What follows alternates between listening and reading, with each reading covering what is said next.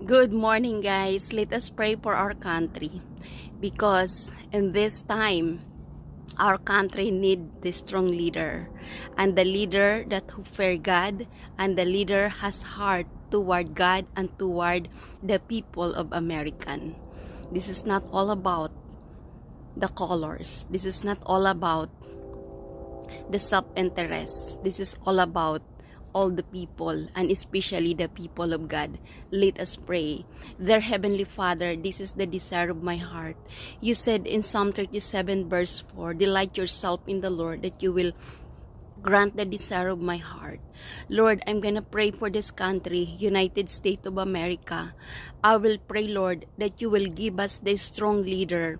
The leader has heart towards you, Lord God, and the leader has a good motivation for the people, Lord God. In Jesus' name,